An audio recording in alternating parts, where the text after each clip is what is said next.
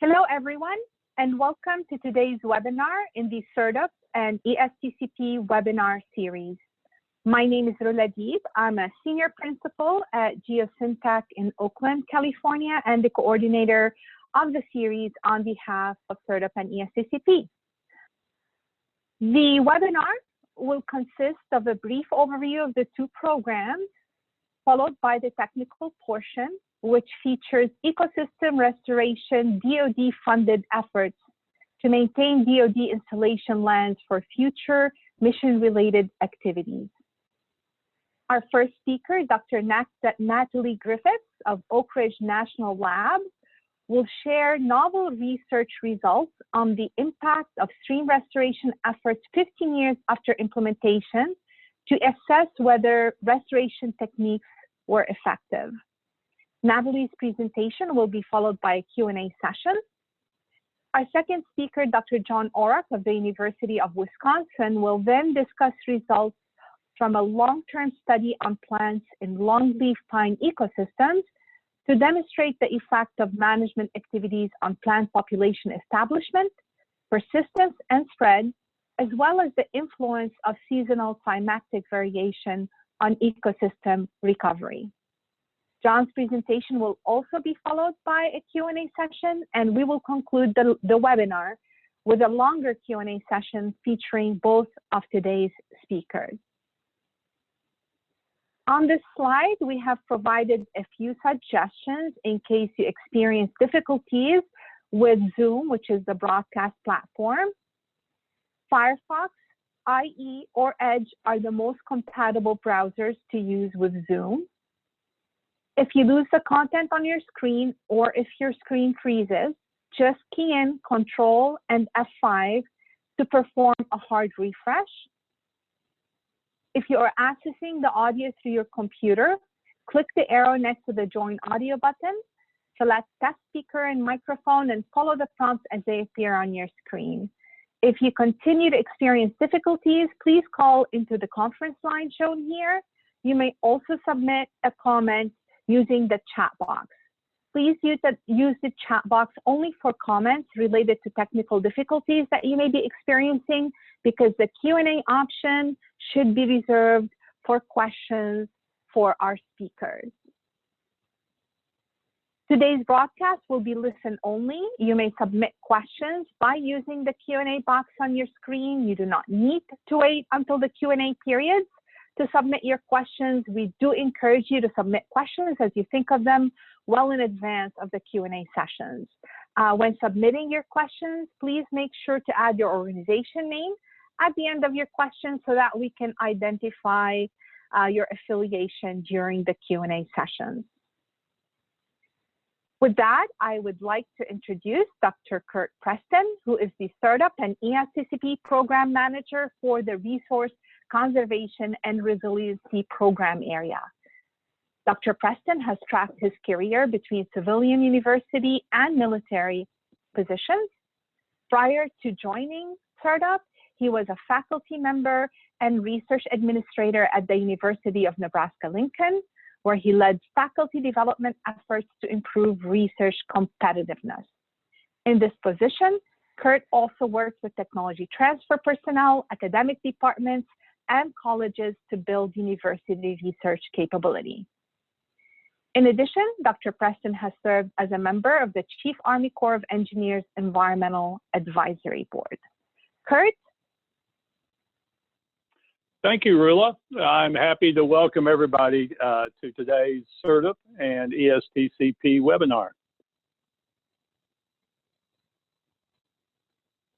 CERDUP is the Strategic Environmental Research and Development Program established by Congress in 1991 as a partnership between the Department of Defense, the Department of Energy, and the Environmental Protection Agency. CERDUP's mission is to identify and address high-priority environmental science and technology opportunities that focus on Department of Defense requirements. CERDUP funds both fundamental research as well as advanced technology development that ultimately impacts real-world environmental management.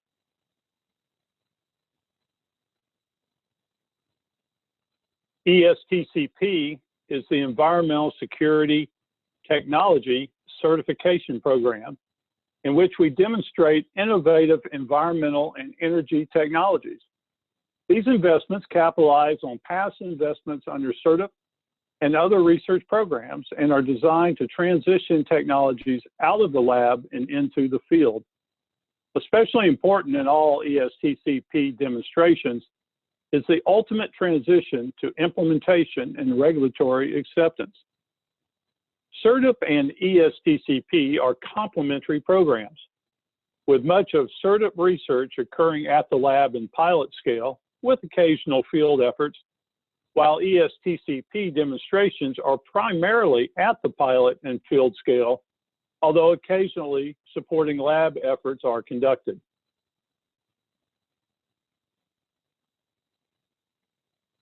There are 4 program areas in CERTIP and 5 in ESTCP. The Installation, Energy, and Water program area is only in ESTCP, while the other 4, Environmental Restoration, Munitions Response, Resource Conservation and Resiliency, and Weapon Systems and Platforms, are CERTIP and ESTC programs managed jointly by a designated program manager.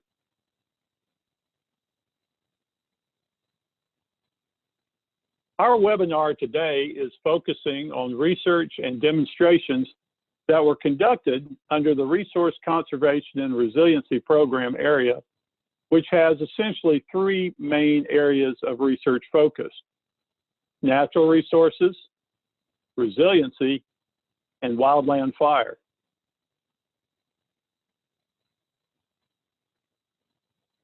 Our webinar series highlights research and demonstration efforts from each of the 5 program areas. As you can see, upcoming webinars will cover a broad range of topics, including ecological risk assessment, approaches at PFAS impacted sites, munitions response, award-winning demonstrations, innovative technologies for PFAS destruction and investigation-derived waste, waste reduction, and treatment in armed forces vessel environments, and predicting PFAS fate and transport in the subsurface environment. The next Resource Conservation and Resilience webinar is on May 21st and will focus on the analysis of defense-related ecosystem services.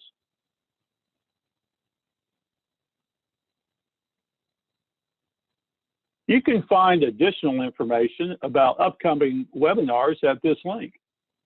And I would like to remind you that a copy of the presentation of today's session can be downloaded from our webinar webpage. We would appreciate it if you can please take a moment to complete the survey that will pop up on your screen at the end of the webcast.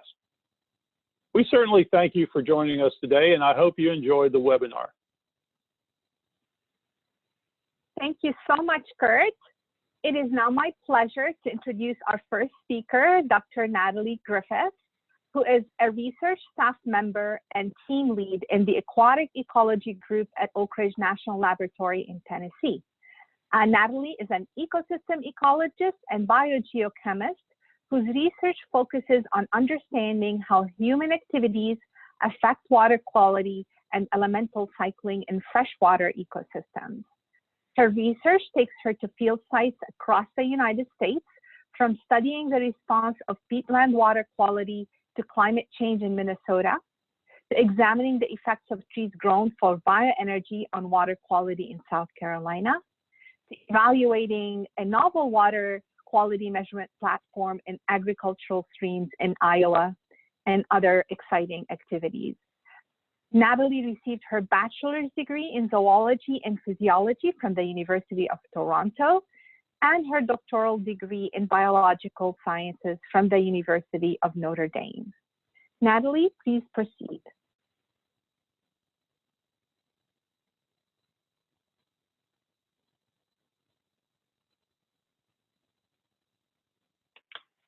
Thank you. I am going to talk today about evaluating long-term ecological responses to in-stream restoration. This is a project we started in 2017 and is collaboration with Oak Ridge National Laboratory, Troy University, and Auburn University. So the outline for my talk today, I'm going to give a very brief background on stream restoration. Then I'll discuss the restoration that was conducted at Fort Benning Military Installation in Georgia in the early 2000s, and that's the location of our study. I'll go over our overall project objectives, talk about our field measurements, our key findings, and then I'll wrap up with some conclusions and also benefits to DoD. And then at the very end, I've listed some references that I cite throughout the presentation, and those will be available if you're interested. You can see those when they're down. You can download the slides later on. So first, stream restoration. Overall, it's defined as returning stream structure and function to pre-disturbance conditions. And so by structure and function of streams, my background is in biogeochemistry, nutrient cycling. And so an example from what I think was of structure and function is a structure might be a measure of water quality, where we're measuring a nitrogen concentration in the stream at sort of a snapshot in time, versus a function might be the rate at which that nitrogen element cycles in the environment. And so structure are more snapshots in time versus function is integrating over a certain time period. There's a variety of types of restorations. The National Research Council has a report that was released in 1992 that is very in-depth in terms of discussing stream restoration techniques, goals, et cetera. And so there's a list of types of restorations that can be conducted, things like bank stabilization, channel modification, fish reintroduction, flow augmentation. Here we'll be talking about organic matter addition, and then there's a list of other stream restoration types. So why do we do stream restorations? Well, in the United States, the EPA did a survey of stream conditions. About over 65% of the streams in the US are rated as poor or fair condition due to a variety of land use impacts in different regions across the US. And so stream restoration is a big industry. There is a synthesis done by Bernhardt et al., published in 2005, that shows that about $1 billion per year is spent on stream restorations, but very few of those restorations are actually monitored to see if they are effective. About 10% of those studies are monitored, and very few over a long period of time, usually just monitored for a year or so, see if there are improvements to stream conditions, but then the long-term responses aren't evaluated. And so at Fort Benning Military Installation, this is where a restoration was done in the early 2000s. Fort Benning is located in southeast of the United States, sort of in the Georgia-Alabama border. You can see a map on the right there. The base was established in 1918. Very characteristic conditions of the southeastern coastal plain, pine forests, and a lot of sandy soils and uplands. You can see a photo of those below. And so military training activities that occur on the upland areas can lead to soil erosion because of these sandy soils, and that soil erosion can lead to sediment loading to the adjacent streams. And there was multiple startup projects taking place in the past at this location focused on stream processes. The first was examining the effects of various disturbances on stream characteristics. And so a study in the early 2000s visited a variety of watersheds. You can see those circled in the map there. And those watersheds have various levels of disturbance. That project characterized disturbance as the percent of bare ground on slopes that were greater than 5%, as well as all unpaved roads in the watershed. And you can see on that figure in the bottom right, that disturbance level varied from 2% in some watersheds up to 14%. And you can see a couple examples of photos of that disturbance on the bottom left there. So upland disturbance on the figure A, and then an unpaved road and some gullies with sediments washing in those gullies that can then eventually make its way to streams. And so this study found a variety of impacts on disturbance on the streams. An example here from this paper by Hauser et al. Was that inorganic suspended sediments in the stream water increased with disturbance in the watershed to, again, more disturbed there are soils leading to more sediments in the stream. And so that sort of motivated a stream restoration study at Fort Benning. One of the other findings they found with this disturbance intensity gradient was that coarse woody debris, so large pieces of wood in the stream, were lower in terms of their abundance in streams that had higher disturbance intensity. And that's shown in that figure there in the top right, again from Hauser et al. In 2005, a different study there, or a different paper. And so coarse woody debris plays multiple roles in stream ecosystems. It can provide habitat, retain organic matter, change stream hydraulics. And so the addition of coarse woody debris is one common restoration technique carried out in various locations, especially in the Pacific Northwest. A lot of that is focused on enhancing habitat for fish. And so that was the objective.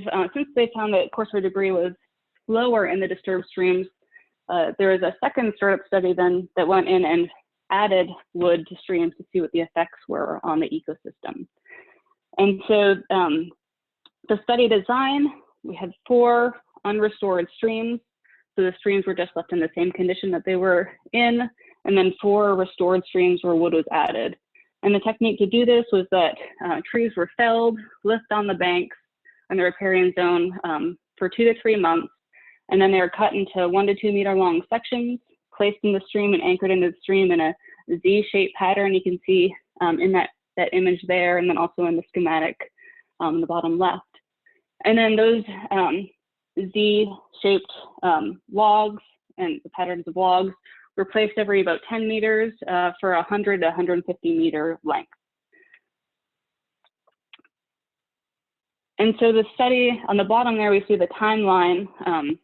The study examined pre-treatment conditions for 3 years and then post-treatment conditions for 3 years. And so pre-treatment, all 8 streams were monitored for a variety of characteristics, which I'll discuss in a minute. And then the wood was added to 4 of those streams, and then the same responses were measured in both the 4 streams with the wood addition and 4 without the wood addition for another 3 years. And the initial study found some short-term responses. So things like water quality, that a variety of things are measured there. Things like pH, suspended sediments, ammonium nitrate, phosphate concentrations, but there were no changes to those water quality metrics that the initial study had found. There are also measures of carbon cycling. This is one of those functional measurements. So gross prion production, this is the rate of carbon production by autotrophs like algae in the stream. They found an initial increase in gross prion production, and then that returned to pre-wood addition levels. And that was mainly because the wood acted as a substrate for algae to grow on, and so that increased gross prion production briefly. Ecosystem respiration, this is a measure of the rate of respiration of carbon. So that's done by all organisms in the stream, including bacteria, fungi, algae, and larger organisms as well, like macroinvertebrates. And the ecosystem restoration rate increased. This is primarily because the wood acted to retain organic matter leaves, and that was a hot spot for microbial activity, and so that increased respiration rate. Ammonium uptake, this is a measure of the rate at which ammonium, which is a nitrogen, dissolved inorganic nitrogen form, cycles in the stream. And so again, because the wood was retaining organic matter and also slowing the rate of water flow, that gave a great opportunity for nutrients, especially ammonium, to be taken up by bacteria, fungi, algae, et cetera. So those ammonium rates, uptake rates increased with the wood addition. Organic matter in the stream itself increased, and then some various metrics of macroinvertebrates increased, density and richness increased, and the structure of the macroinvertebrate community changed. Although those effects were seasonal, they weren't seen in every season. So there's some changes that were seen consistently, some were seen seasonally, some were not observed during this 3-year restoration period, or yes, 3 years post-restoration measurement period.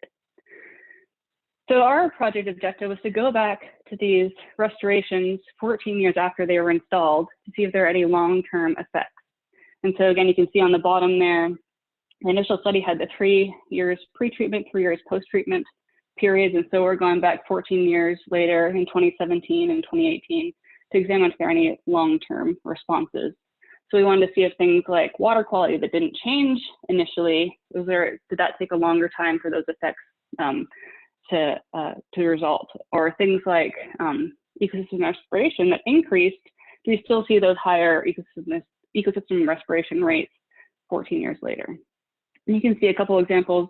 This is not the same stream, but you can see that on the left there, we have wood debris initially after restoration, and we can see some images of wood in the streams 14 years later. And so in terms of our field measurements, we use the same methods that were used in the initial study to examine the responses 14 years after the restoration. And we were able to obtain the data that was collected from the original project and use those data in our analysis of the long-term responses. And so some of the things we measured, Mel mentioned that the startup project initially was much larger in scale and scope, and so we selected a subset of the measurements that were made by the original study. Again, things that either responded to restoration or did not respond. And we selected that subset in this study. So the subset of measurements we selected were the water quality measurements. We measured nutrient and carbon cycling. We measured coarse weighted debris in the streams, as well as organic matter, and then macroinvertebrates. And here I just want to acknowledge on the left on the water quality image, that's Sam Bickley, a graduate student at Auburn University, and on the right, Dan Eisenberg, who's a graduate student at Troy, and Brian Helms, faculty at Troy, who are collaborators on this project. And then Jack Feminella, who is faculty at Auburn, was our senior advisor on the project and was part of the original startup project that did the original restoration. And these measurements were conducted either monthly for water quality or seasonally for the other processes. And we measured these for 1.5 years, starting in spring of 2017. And so our first question, going back to these streams, 14 years after the restoration, are the debris dams still there? Are they still intact? And so in spring 2017, we did our first site surveys, and yes, the debris dams were still there. They were found in all the restored streams, but the debris dam abundance was now similar in the restored and unrestored streams. So even though we found debris dams, there was the amount of wood in the restored streams was now similar to the unrestored streams. And this is shown on the figure on the right there. And I'll walk you through this figure because I'll have figures in the remaining slides that look similar to this in terms of their layout. And so what we have here is we have 7 streams. There's 3 unrestored streams on the left, and the acronyms, things like HB, SB4, those are just the names of the streams. And then we have 4 restored streams on the right. I had mentioned that in the original project, they had 4 unrestored and 4 restored streams, but in the intermediate period between the 2 studies, there was disturbance at one of the unrestored streams, and so we did not include that in our investigation here. And so we have for each stream, there's 3 different bars which are in 3 different colors, and those correspond to from left to right. In this case, the coarse weighted debris abundance in the pre-restoration period, which is the teal, the 1 to 3 years post-restoration, so right after the wood was added, and then 14 to 15 years post-restoration, which is our study, which is the purple on the very right. And so if you look at the data here, so in the pre-restoration period, the wood abundance was variable, but there was no difference in the restored and unrestored. Right after the wood was added, of course, we have higher wood in the restored streams. Those are the red bars. You can see they're higher on the right. The wood was they aimed to double the amount of wood in the streams. And then you can see the blue bars again, variation across all the streams and no effective restoration there, no higher wood abundance with restored streams. And so this sort of led to then finding out what the responses of the stream systems were. And we didn't find any effective benthic organic matter, increases in restored versus unrestored streams, again, because the wood abundance wasn't there anymore. Overall, there was more organic matter in the streams across both unrestored and restored streams, but there was no effective restoration on organic matter accumulation. And then we had whole stream metabolism. Again, this is a measure of ecosystem respiration as well as gross plant production. This is the respiration data here. The way we measure this in the stream is essentially measuring changes in the diel dissolved oxygen dynamics in the stream with an oxygen sensor. So we deploy this in the stream, measure every 15 minutes, leave that in for multiple days, and we can see that diel signal and dissolved oxygen. And so during the day, oxygen increases as algae are photosynthesizing, then at night, as everything's respiring and photosynthesis shuts off, you see a decrease in oxygen concentration. And so that you model that DO profile to evaluate and calculate or estimate ecosystem respiration and also gross plant production rate. Here and in the original study, they also correlated some characteristics of that DO curve to these actual rates of respiration. And so what we're showing here is one characteristic of that DO curve, which is correlated to ecosystem respiration. And that was, again, established by the initial project. And there's a paper by Mulholland et al. 2005 that evaluated or established these linkages between the DO curve and the respiration rate. And so here we're showing that ecosystem respiration indicator in restored sites on the right, unrestored on the left. We're breaking this down by year because there was year-to-year variation that the original project had found. And focusing on fall because we expected that if there was going to be an effect of restoration in the wood additions on respiration, it would be in the fall when the leaves fall and they're retained by the wood, and then bacteria and fungi colonize those leaves, and then the respiration rates would increase. And again, the original project found an increase in respiration rates, but we did not find a long-term effect of the restoration on respiration rate. And then gross plant production, again, we have another indicator here based on characteristics of that dissolved oxygen curve. The original study found a very short increase in gross plant production rates, and you can see a photo of that. This is a photo from the original study. You can see a wood piece there, and you can see the green on it's colonized by algae, and so they saw this increase in gross plant production initially, but again, we didn't find any long-term effect of restoration on gross plant production. We also looked at nutrient uptake, and specifically looking at ammonium uptake. This is a measure of the rate at which ammonium cycles in the stream. The units here are milligrams of N per meter squared per day. And so what this means is we're measuring the rate at which nitrogen as ammonium in a mass form is taken up by algae and fungi and bacteria in the stream per a meter squared per day. So it's an aerial uptake rate. And the way we do this measurement is we add nutrients to the stream and trying to bump up the concentration just by a little bit so we can measure that. And so we make a mixture of ammonium chloride dissolved in water, and then we add that via a pump to the stream until the concentrations increase and reach a stable level at a downstream location that's downstream from where we're adding the streams and adding the nutrients. So that's in the schematic on the right-hand side there. And so what we do is we bump up the nutrient concentrations, and then we measure nutrient concentrations at multiple locations from that addition location. And so if we're measuring if that nutrient uptake is occurring in the stream, we'd see decreases in that nutrient concentration over time. So that's shown on the top schematic there. If there is no measurable uptake of nutrients, we'd see the same concentration at multiple locations going downstream. We also add sodium chloride as a conservative tracer because we could have a decrease in nutrient concentration because there's groundwater inputs and things that are diluting out that nutrient. And so having a conservative tracer accounts for any physical dilution issues there. And so again, the original project found that after wood was added, there's an increase in ammonium uptake rate, again, because of organic matter retention, increased demand by the algae and fungi on that organic matter, as well as change in the stream hydraulics. Water flow slowed, more retention time, more opportunity for taking up those nutrients. But we didn't see a long-term response in terms of ammonium uptake rate.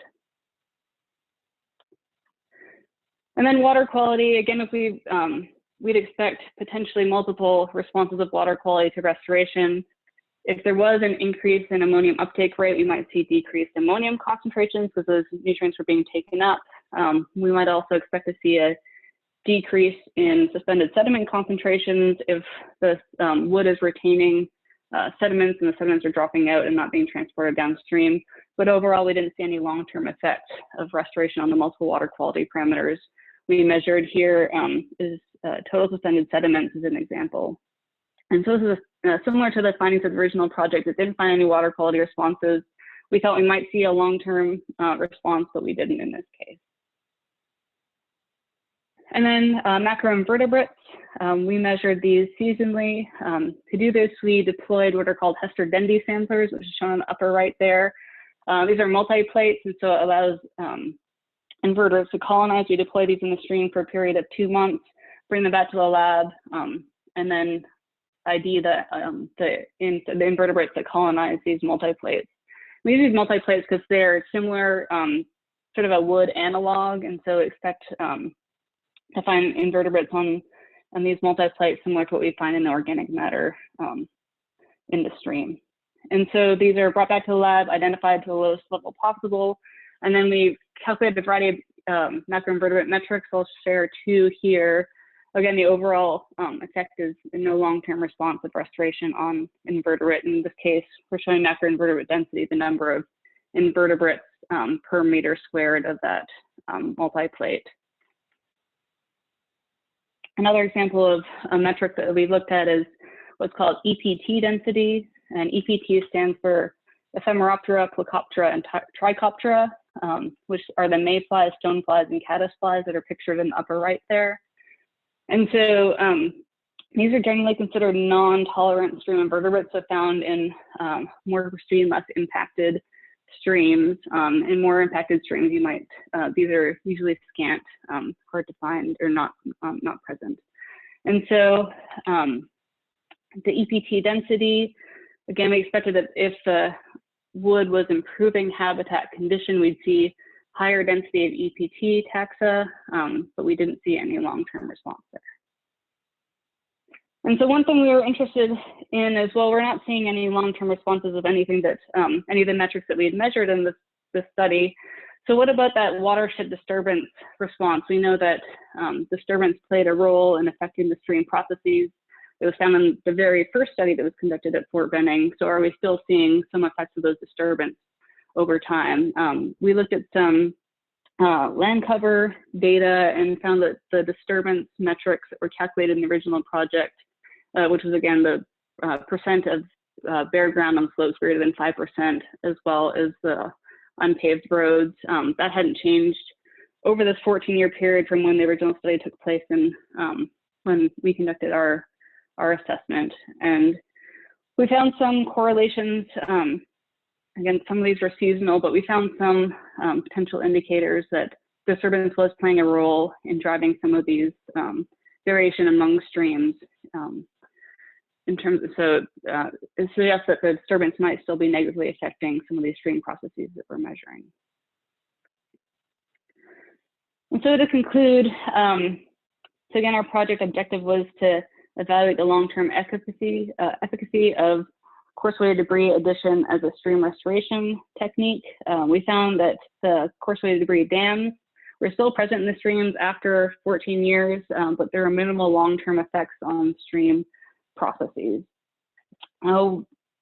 We think that watershed disturbance in the uplands is still playing a role in affecting streams, and so thinking about stream restoration in these types of systems, it's important to focus on upland processes and minimizing those impacts if you're doing a focused in-stream restoration at the same time. And then also just mentioning that these long-term assessments of restoration are very rare. A lot of these, again, like I mentioned in the introduction, about 10% of restorations are actually monitored, and very, very few of those are monitored for long periods of time. And so it's important to do these long-term assessments to understand whether there are any long-term impacts and whether these are useful application of resources. And so the other thing too is that our study was focused for 1.5 years in this longer term period, but ideally, because there's interannual variation in climate, environmental conditions. Measurements over even a longer period of time might be helpful because those effects, things like changes in precipitation, warm versus dry year, warm versus cool years, et cetera, may impact some of the responses we're seeing as well. And so lastly, sort of what are the take homes and how this might benefit DODs. So coarse-weight debris addition might not be a long-term restoration strategy at Fort Benning and at similar sites that have these similar kinds of impacts and characteristics if the upland disturbance issues are not simultaneously addressed. And then also it might be necessary to add coarse-weight debris over time because of these very sandy upland soils that lead to sandy sediments in the streams and a lot of sediment movement in these streams. And so a lot of the times these debris dams can actually be buried by sediment. And so the original study actually after a year and a half added some coarse-weight debris to some of the streams because of burial. And so it might be something to look at in terms of adding coarse-weight debris every so often to augment the amount that's in the stream. And then lastly, both the short-term monitoring and long-term monitoring is critical to determine whether this restoration is an effective practice and worthwhile investment of resources. And those are the references that I cited in the presentation if you wanted to look those up. And I'd be happy to take any questions. Our project information is located on the CERTUP website. We also wrote an EnviroWiki. So EnviroWiki is a location where there's a variety of resources on CERTUP and ESCCP related topics. We wrote an EnviroWiki entry on stream restoration, so a lot more of the background of stream restoration, but also we discussed this project in detail, and so you can look that up on the web if you're interested. And I'd be happy to take any questions. Great, thank you so much, Natalie. We have received a number of questions for you. As a reminder for our audience, you may submit questions by using the Q&A box on your screen. The first question that we've received is from the University of Arizona. And the question is as follows. Even though after 14 years, the abundance of CWD in restored streams was not different from unrestored streams, is it possible that CWD addition at the beginning helped to bridge the period before the natural CWD inputs resumed? Yeah, that's a great question. Unfortunately, we don't know because we don't have that intermediate period between sort of the 3 years after restoration, then jumping to 14, and then also these the forests are they haven't really changed over time in terms of inputs, and so we think that while there was still wood in the stream, a lot of it that was added was buried, and so I think that's sort of what was driving these long-term responses was the burial of the wood that was added initially. Thank you, Natalie. What might cause the variability in debris dams over time? Yeah, and so wood moves, especially in these systems, and like I said, the burial is a big component there. And so a lot of it is just focused on sort of flow dynamics. During our study itself, we had some of the lowest and some of the highest flows that were measured. There was a stream gauge that was downstream of all of these, so in the river, but within the same watershed that all these are located. And the lowest and the highest flows occurred during this period. And so those dynamics can really shape the variability amongst the different, or the variability we see over time, and then amongst the different streams, it's just sort of the natural variation that's present as well. Thank you so much. This is a question from the California State University Channel Islands. How are other growth aspects like vegetation and vertebrates of the riparian systems doing? Is that something that you evaluated in your study? Yeah, that's a great question. There was Again, the original study was, as I mentioned, was larger in scope. There was also work that was done in the riparian zone, and there were another restoration that had taken place, which involved bank stabilization, as well as revegetation of the riparian zone. And that was done upstream of some of these sites. And so initially we were focusing on the stream responses, but if we had seen a stream response, we wanted to see if that was augmented by the restoration that was done upstream, which was done only some of the streams that received the wood got that upstream restoration. But because we didn't see any immediate effective restoration in those streams due to the coarse wood, we didn't evaluate the effect of the upstream restoration too. But there was a much more comprehensive evaluation of the uplands as well, and you could find that report on the CERDUP website. Thank you, Natalie. This is a question from the Savannah River Ecology Lab. Would you consider, as part of a stream restoration, reintroductions of certain macroinvertebrate species that should be present but are extirpated?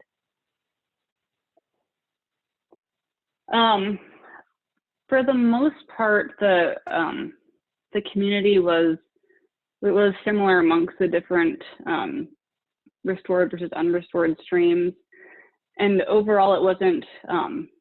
There were a lot of midges in the streams, but the communities weren't very depauperate in terms of their community structure, and so that wasn't really a focus of the restorations. Or but in general, they were pretty diverse in terms of their invertebrate communities.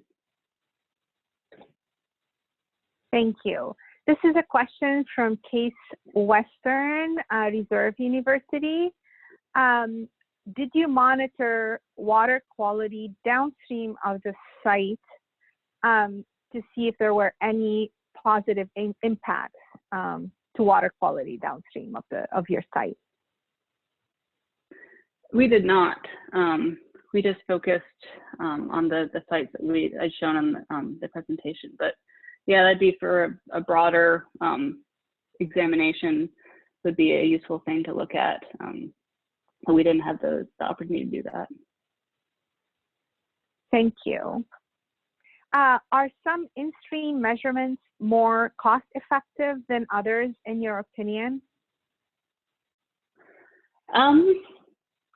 Again, it sort of depends on what your objective is and your goals that you, in terms of what you want to measure and what you're interested, what the restoration is focused on improving.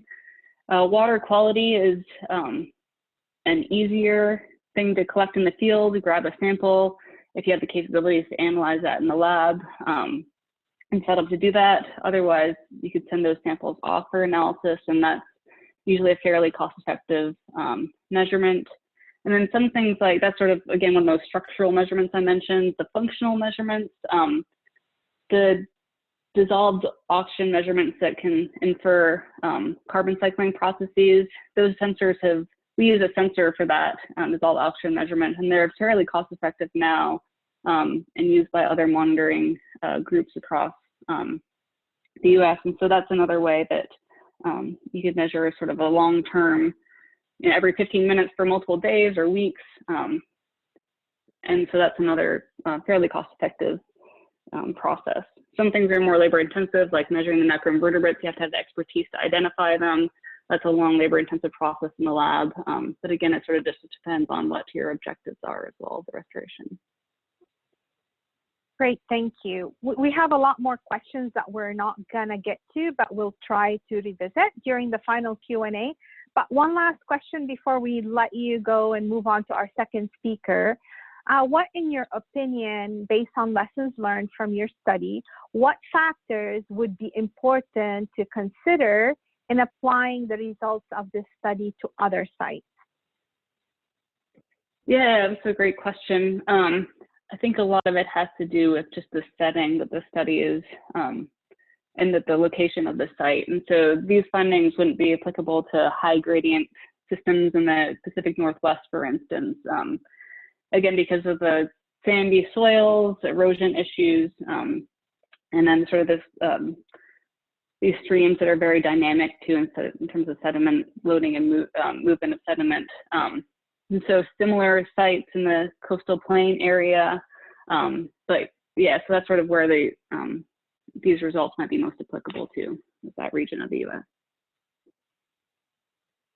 Great, thank you so much, Natalie. It is now time to move to our second speaker, who is Dr. Joan Orrock, a professor in the Department of Integrative Biology at the University of Wisconsin-Madison. John's work focuses on understanding factors that limit the restoration and conservation of plant and animal populations, including the study of predator-prey interactions, plant-herbivore interactions, and disease ecology. John has over 20 years of experience on DOE, DOD, U.S. Forest Service, and National Park Service lands, working with collaborators from federal, state, and nonprofit organizations to develop best practices for managing plants and wildlife. John earned a bachelor's degree and a master's degree from Virginia Commonwealth University and a doctoral degree from Iowa State University. John, please proceed.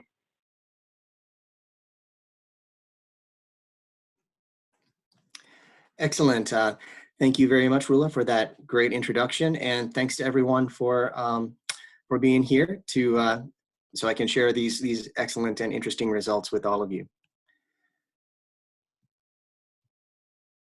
So the agenda for today's talk, we'll quickly go over the research objectives and describe the research approach, have many exciting results to share, and then finally, synthesis and implications, conclusions, and benefits to DoD of the work that we've done. So this work takes place in the longleaf pine ecosystem, and the longleaf pine ecosystem is an incredibly diverse ecosystem. The diversity of the understory vegetation community in longleaf pine can rival that diversity found in the tropics. So upwards of 30 plant species found in the understory in high quality longleaf pine communities. The ecosystems of interest for several reasons. Importantly, approximately 20 DoD and DOE facilities are located within the longleaf pine ecosystem as outlined by the geographic range map there. It's also home to several species that are threatened or endangered or otherwise of concern. So for example, the red cockaded woodpecker, the gopher tortoise, and indigo snake are some vertebrates that folks are likely familiar with. In addition to being highly diverse, longleaf pine ecosystems, unfortunately, are also quite rare. It's estimated that about 3% of intact high quality longleaf pine ecosystem remains relative to the historic levels. And so restoring the diversity of the understory in this community is of interest to DoD, both in terms of reducing impacts to threatened and endangered species, but also in terms of maximizing biodiversity, because I guess the positive aspect of having only 3% of an ecosystem intact is that 97% of it could be restored. And so these ecosystems represent great opportunities for recovery and for restoration. So the work that I'm going to describe today is exactly along those lines. Our objective is to understand how to maximize the recovery of understory plant communities in the longleaf pine ecosystem. And as you can see along the bottom slide, there's a visually striking difference between a degraded longleaf pine understory plant community, as evidenced by the lower left figure there, compared to a highly diverse community where you can see there's a tremendous number of species of grasses and forbs growing there. So our goal overall is to maximize the recovery of these plant communities. Now, doing that requires understanding what are the best predictors of recovery success. So if we're going to restore these communities, how do we go about it? How do we do it most effectively? In particular, not just how do we do it most effectively in the short term, but we're also really interested in whether or not recovery actions can have lasting benefits. So for example, if we restore a plant community and do a good job of it and are highly successful, does that mean that the plant community will be self-sustaining in the long term? And even better, not only self-sustaining, but perhaps successful restoration could create plant communities that themselves persist and then start to spread outward. So creating nuclei of recovery that spread outward as the plants disperse. So we're also interested in understanding what role management can play in promoting that recovery of understory plant communities. And throughout the talk today, I'm going to be talking a lot about the two components of plant recovery. Those components are establishment and persistence. So in order to be present at a given location, a plant that was absent beforehand has to establish from seed. And then once it's established and survived as a seedling, it has to persist for multiple years. So what we're interested in when we say recovery is establishment and persistence, the sum of those two processes. So the approach that we've taken is to do large-scale experiments at 3 separate DoD and DOE facilities. So in 2010, we initiated an experiment at Fort Bragg, Savannah River Site, and Fort Stewart, 108 sites located at these 3 facilities. And in this experiment, we added over 30 million seeds of 25 different plant species in the longleaf that are common to longleaf pine understories and are often missing from areas that have been degraded. As part of that original CERT-up study, we collected vegetation data from 2010 through 2013. Now, we took the data from that original study and we created what we call the Roadmap to Recovery, which is available on the CERT-up ESDCP website. And in that roadmap, we describe which management practices in terms of fire regime, in terms of basal area, in terms of litter depth, etc., which of those things maximally affected recovery in our experiment. So if you're interested, please consult that document. It's really designed to be quite usable in terms of both being able to go to a site and assess its current status, as well as being able to go to a site and ask, given a particular status or degradation level at a site, what can I do as a manager to promote recovery? So in the current study that I'm now describing, we revisited 54 of those 108 locations at those 3 separate DoD facilities.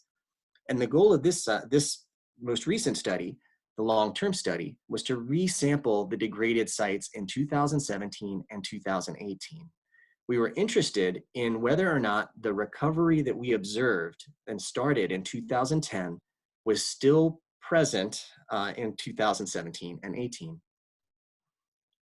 So our approach is multi-year intensive field sampling at these 54 separate sites, which requires a lot of field folks who have great botanical expertise and ability to navigate their way through the woods of the Southeast.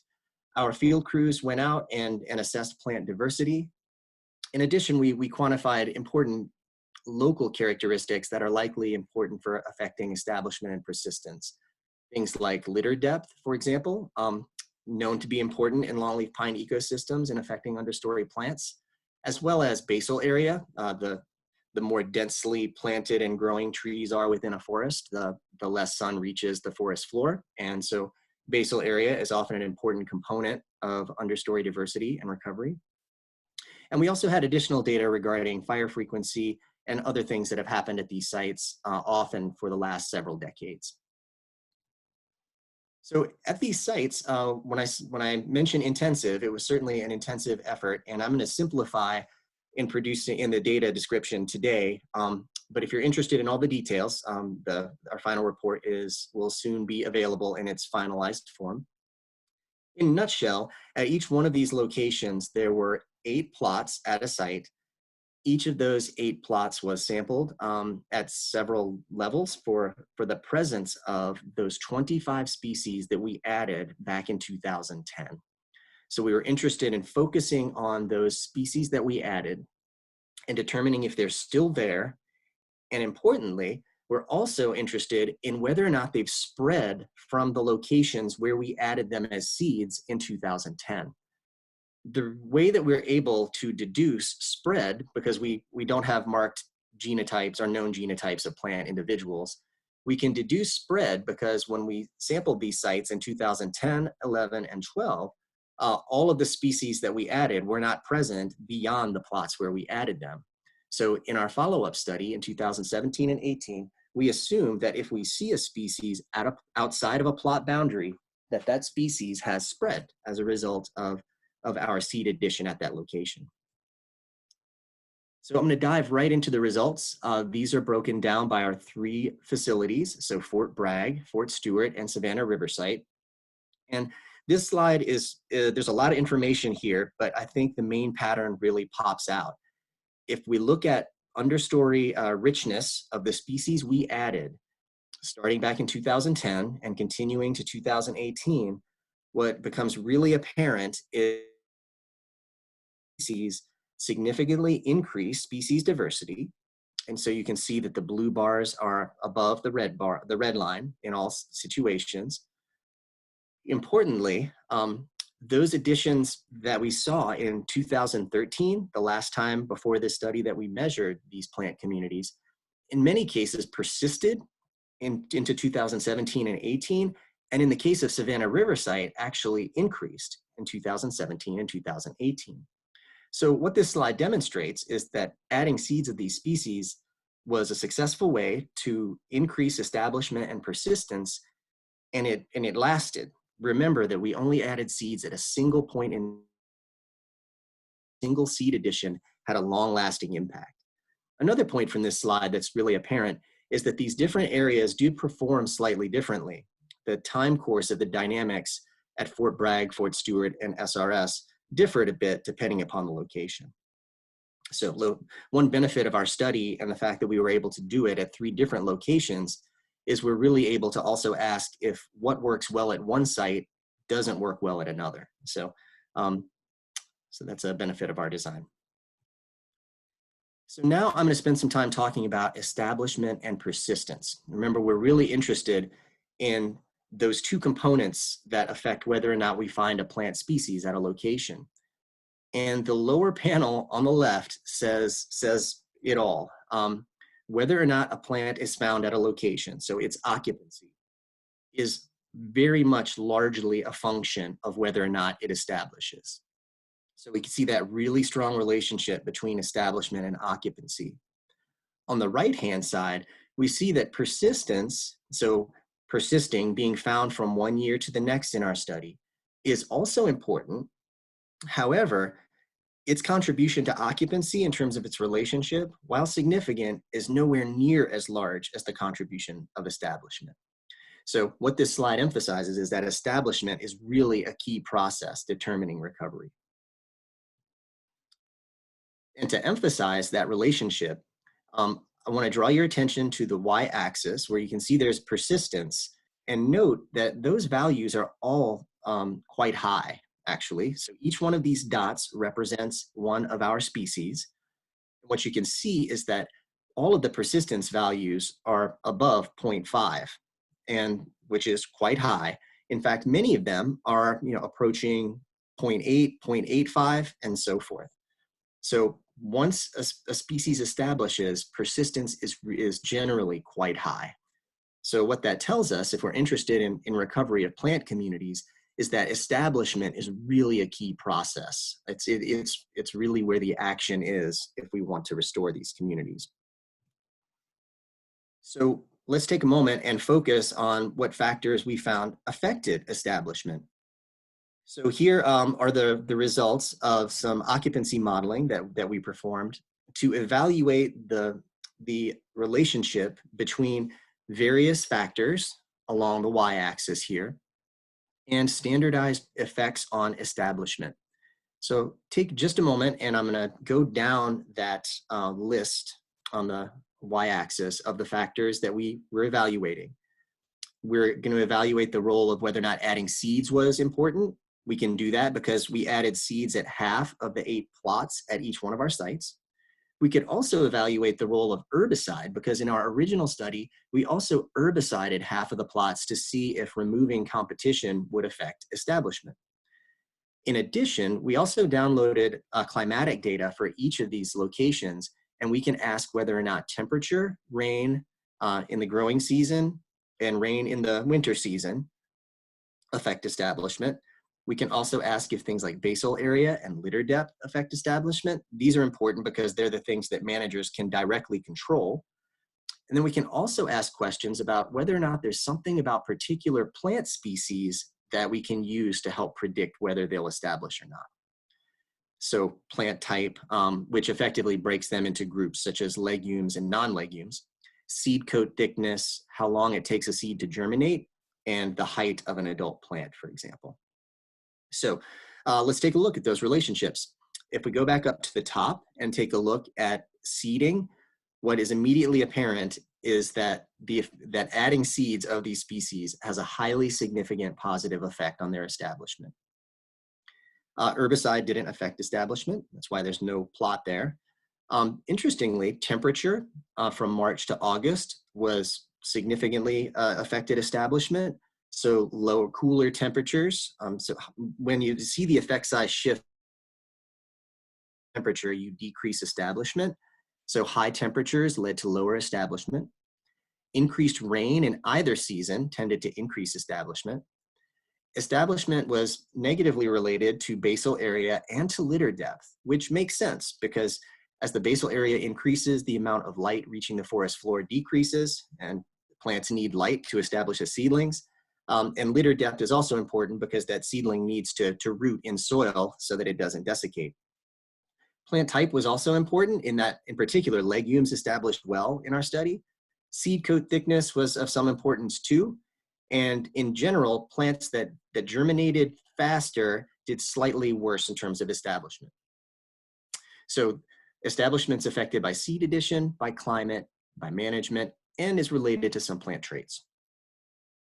Persistence, so whether or not a plant persisted after it established, we can always also evaluate how it was related to those various factors.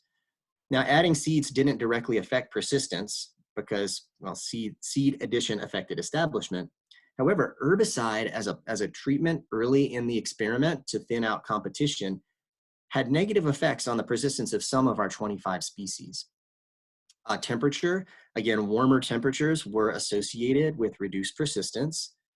Rain, and specifically winter rainfall, was predictive of increased persistence. Rain during the growing season was not important in our model.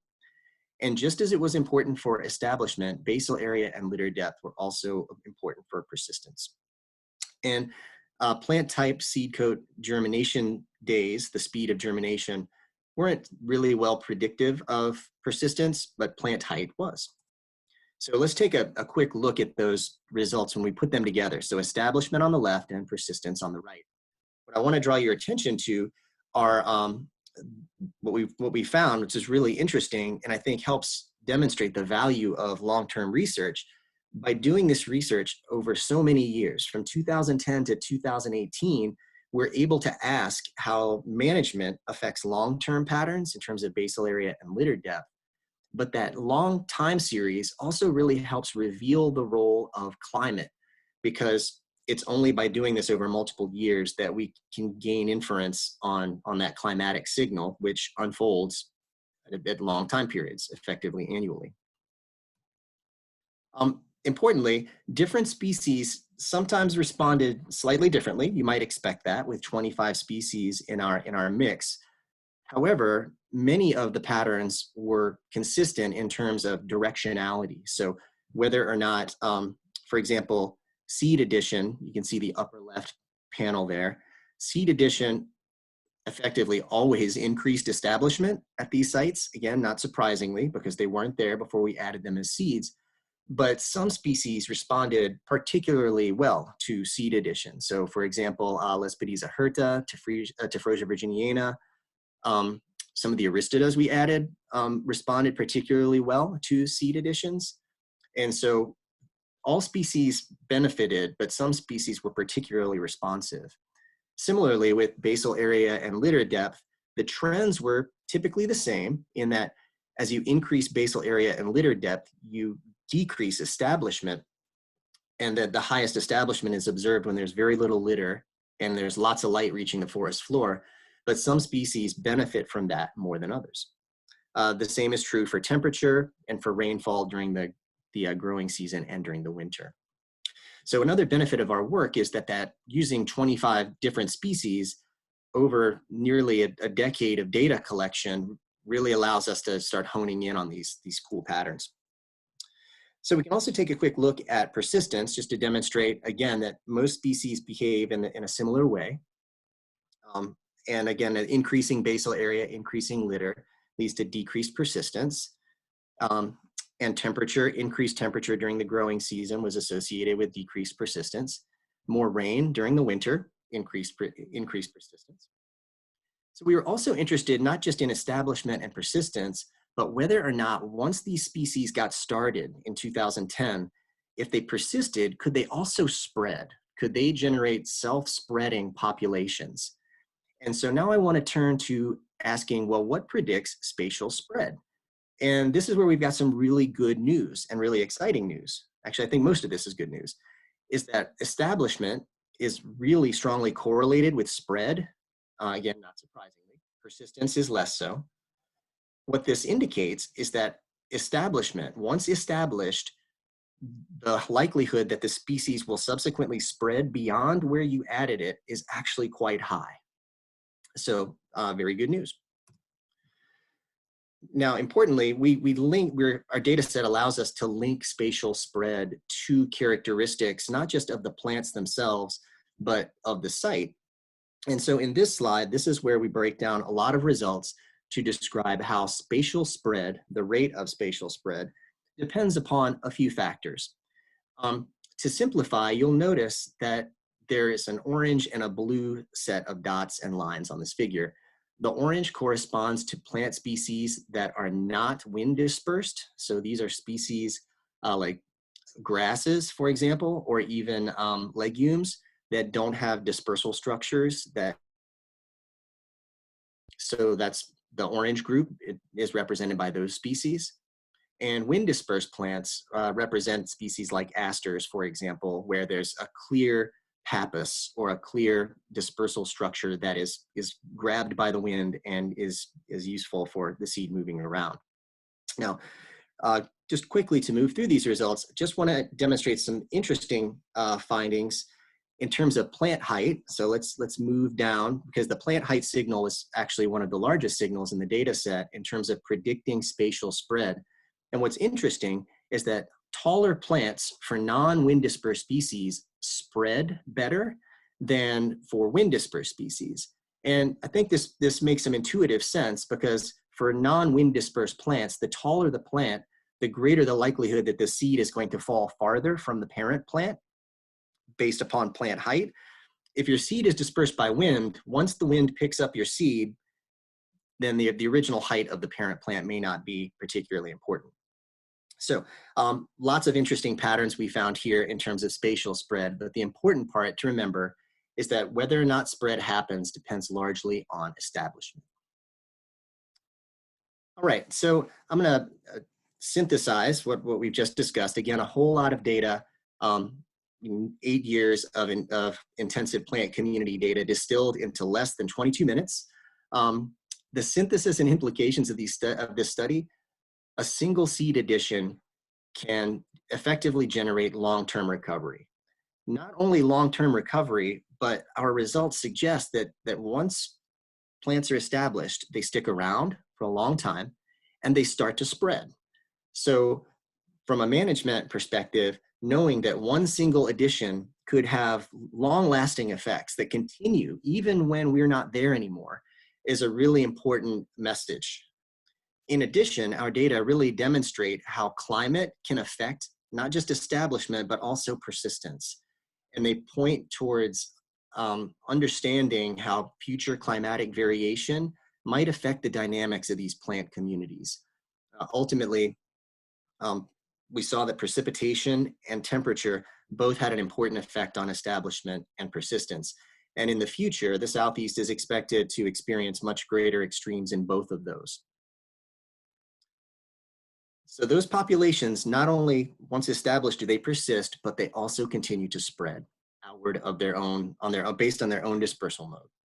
And because of our linking to species traits, we can predict which species will do the best. But importantly, across the board, seed additions work for all of our species.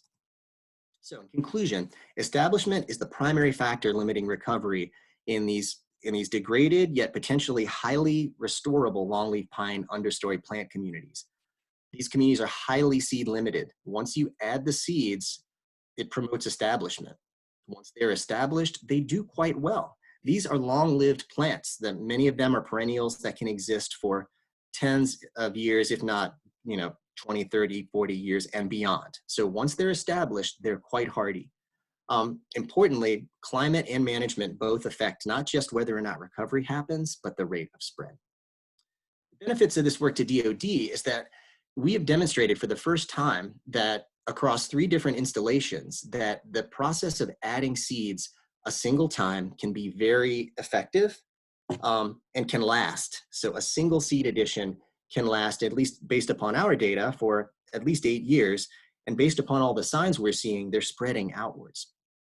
One other benefit of our data of this research is that we've been able to link establishment, persistence, and spread to site level management. So things like burn regime that affect litter depth are really important, and our data suggests that litter depth is also really important. So we're providing data supported ways for managers to optimize their operations. So with that, I'd like to acknowledge the DoD and DOE partners that made all of this work possible. This was a truly monumental effort. It would not have been possible without these important collaborators and partners. Janet Bracey-Gray, Jason Monroe, David Hines, Tim Beatty, Larry Carlisle, Dee Mincy, John Blake, Andy Horcher, Devil Clark, Ed Olson. Our team's also got a fabulous research scientist group. Jen Cruz did all the statistical modeling that I presented today. Angela Larson was also important as our project got going, and also the graduate students that have helped with this data collection. And for additional information, please visit the website. Please feel free to check out the Roadmap to Recovery, which was the result of our prior CERT-up work, which is a great place to start in terms of what we know about how to recover these degraded plant communities. Thank you. Thank you, John, for a fascinating presentation. We received a number of questions for you, so let's go ahead and get started. The first question is from ExxonMobil, and it's as follows. Richness increased with seeding, but was it linked to a specific species? If so, which species were they? Sure. And the short answer is yes, some species certainly performed better than others. So some of our top performers were Tephrosia virginiana, Lespedeza hirta also did quite well. Pityopsis graminifolia, also called Heterotheca graminifolia, depending upon your flora of preference, also did quite well. In general, several of the Aristidas performed pretty well, but those species that I just mentioned, Lespedeza hirta, Tephrosia virginiana, they were big contributors, and in terms of the pattern of effect size being linked to seed addition, so they responded quite well. As well, I should note, as some of the Sorghastrum species we added, so Secundum and Nutans also responded quite well to seed addition. Great, thank you. Here's another question from Michigan Technological University. Are there active efforts to restore that 97% of degraded longleaf pine communities, and how might timber harvest activity impact restoration efforts? Mm-hmm. Great question. And every installation has its own group of individuals who are doing their best to restore and recover these communities, like balancing their own other needs that they have in their workload. Longleaf pine ecosystems are charismatic, and people who are interested in plant diversity are really interested in their restoration and recovery. So there's certainly the interest there. In terms of large groups of people who are working on these questions, Carolina Vegetation Survey has a long history in this area. There's the Longleaf Alliance, which is a great group of folks all interested in longleaf understory communities and longleaf in general. Tall Timbers, for example, another place where folks are really doing a lot. The Jones Center, we've learned a lot from restoration there. So there is active restoration underway. That said, there's plenty of work left to do. And in terms of timber harvest, I mean, what we've learned is, clearly the more savanna-like these systems are, the more light that reaches the forest floor, the greater the likelihood that these plants will establish, persist, and spread. Importantly, once these plants are established, they're pretty robust. And so I think the act of extracting timber from a highly dense stand may not have really big impacts on well-established plants like Aristidas, Tephrosias, for example, that can really take a beating. We have to bear in mind that these are pyrogenic systems, and so many of these plants develop extensive root stocks and can come back from completely losing all above ground vegetation. So they're really good at coming back from roots, which means they can tolerate a lot once they get established. Great, thank you so much. This is a question from the Washoe County Community Services Department.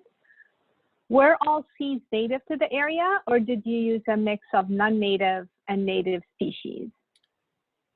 Yeah, great question. So when we collected our 25 species, we collected all of them on site. So we worked at Fort Bragg, Fort Stewart, and Savannah River site, and we had collection teams at each of those locations who collected native species on site. So we used locally derived seeds, and all of them are native species. The species we selected were from our earlier CERT-up work, where we did vegetation surveys in several hundred longleaf stands to determine which plants were usually missing from the most degraded areas. So we used that to inform the lists that we wanted to create. Great, thank you. Okay, the next question is from the Savannah River Ecology Laboratory. Why was there such a jump in establishment at CRS versus Fort Bragg and Fort Stewart? Sure. Well, the specific answer to that question is there could be several components contributing. First, each one of those 3 geographic locations has a slightly different climatic regime. So, Fort Bragg and Fort Stewart and different temperature regimes throughout the study. And so it could be that an interesting year happened, an interesting precipitation year happened at SRS with lots of good rainfall to promote that establishment and persistence. It's also, somewhat possible that this work is related to local management that might have happened at a given site in a given year.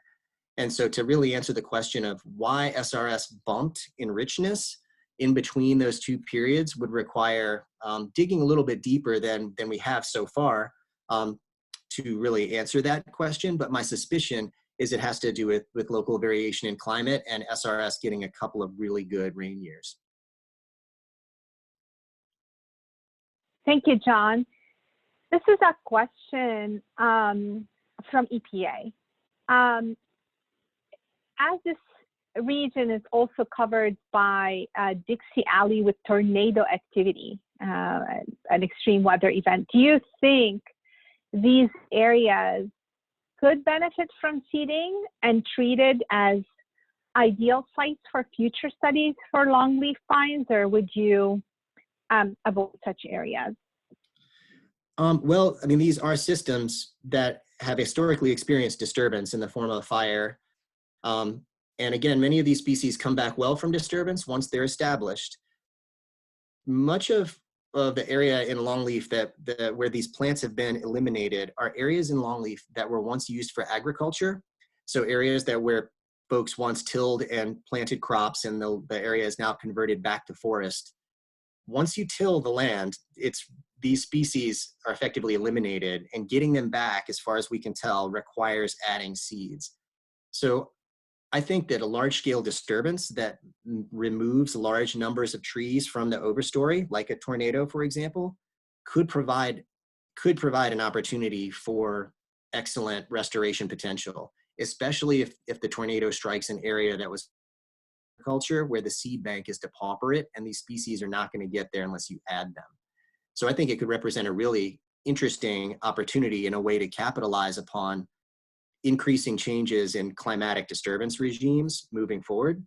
I think that general question of understory recovery amidst climatic uncertainty is the key question moving forward in the Southeast because of those changes in hurricane potential and in increased winter storm potential.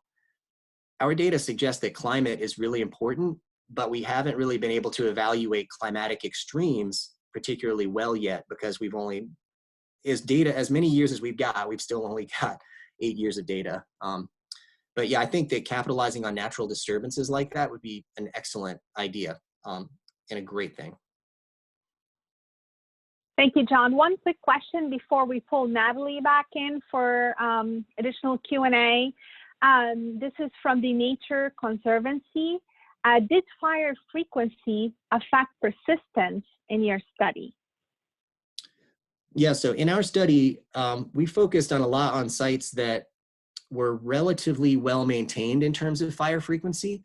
In our study, we only had a few sites that were really highly fire suppressed. And so when I answer that question, I'm largely speaking to sites where managers are burning the site, hopefully no less than once every 4 years or so, and maybe even more often. And in general, the effects of fire, we believe, are largely mediated through how fire changes leaf litter levels.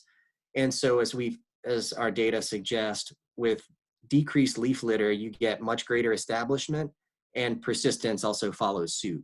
So my thinking is that, yeah, prescribed fire is an important tool in this system. And when used in a way that matches the historical regime, our data suggests that it promotes establishment and persistence. One thing to bear in mind is the potential interplay of when you add seeds and when the burn happens. That's a really, that detail could be quite important because clearly you want the burn to produce bare soil or at least reduce the litter layer and also give those seedlings time to establish before they get burned again. So there's some nuance there too.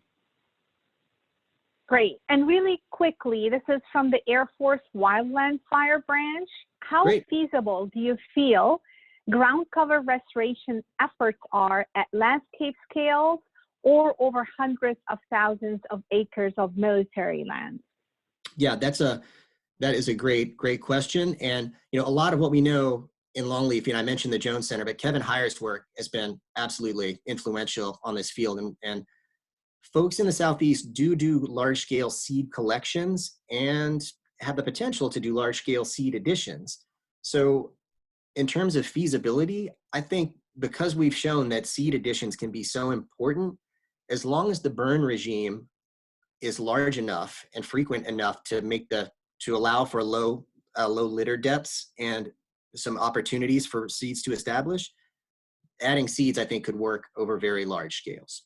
It's effectively limited to just how many seeds you can collect and distribute, but some of the wire vacs that they use in the Southeast are really great for collecting seeds of Aristida, for example. Great, thank you. And now let's pull Natalie back in, and I'm gonna ask you both a question and ask Natalie to jump in first. And Natalie, what do you believe are the challenges of long-term research? Did you encounter any obstacles or challenges in your study, like data availability from prior studies, etc.? And what would your recommendations be for future study designs of this nature? Yeah, so one of the challenges I think in general is, especially in my case, I came into the project new here. I wasn't involved in the original studies, and so consistency in the methods. Hopefully there's those that were involved in studies in the past that you can communicate with and get that information. But changes in the methodology and even just changes in the technology and the way that we analyze things changes over time. And so trying to get the methodology as close as you can to the original study so the methodology isn't a factor in characterizing those differences pre, during, post, etc. Another thing is data availability as well. We are fortunate we were able to contact. We had folks in the original study that were part of our current study, as well as we were able to reach out to previous postdocs, et cetera.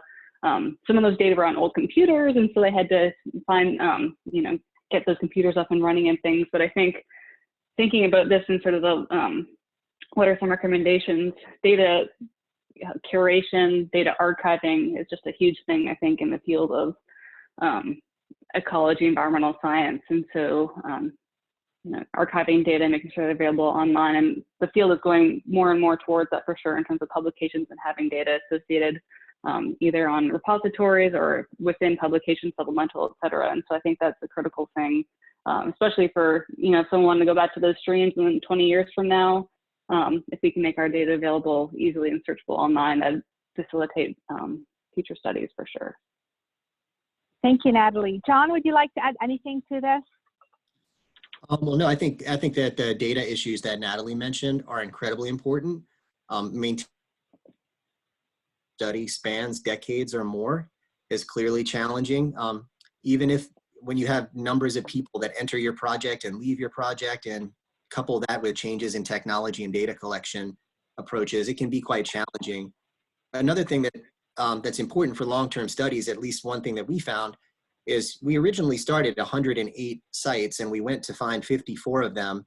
And being able to relocate with great precision where you put a 1 meter square plot in the woods is really important and can take some time. So some of the field logistics can be complex, and due to management activities, sometimes we'll lose sites from our long-term monitoring just because those sites were prioritized for something else. So, so coordination and communication with the partners is always key. Great, thank you.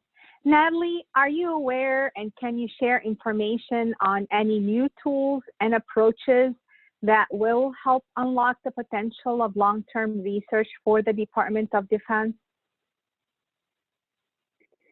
I think in general, in the areas that I work in, sensor technologies have really expanded our understanding of environmental processes, especially in sort of the water quality sphere.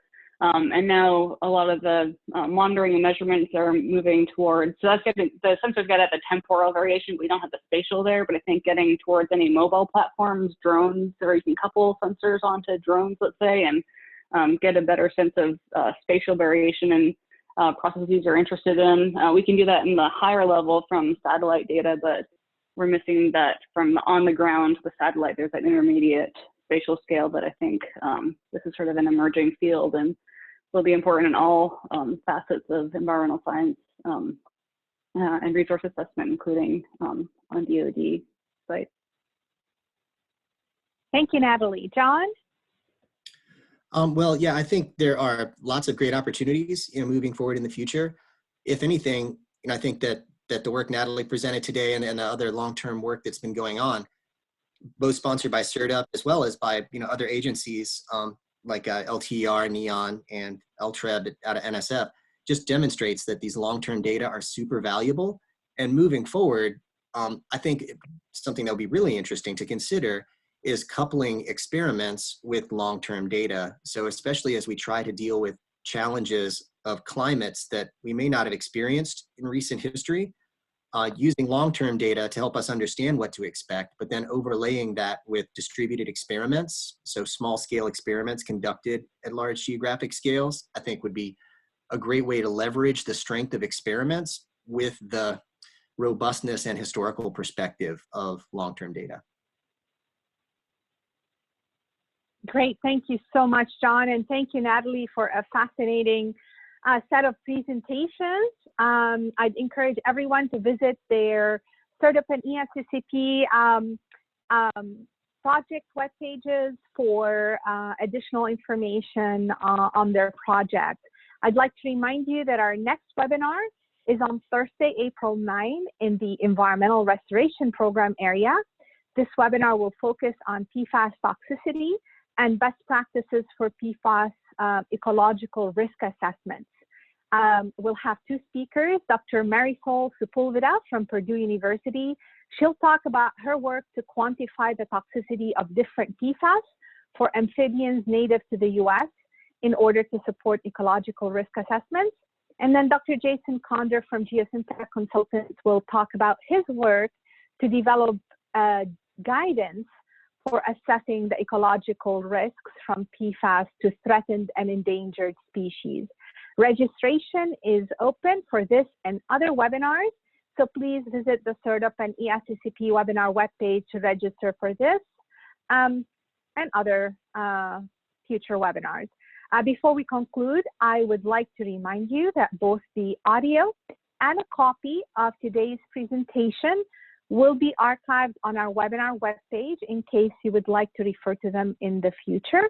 We would appreciate it at this time if you can please take a quick moment to complete the short survey that will pop up on your screen. This concludes today's webcast. Thank you for your time.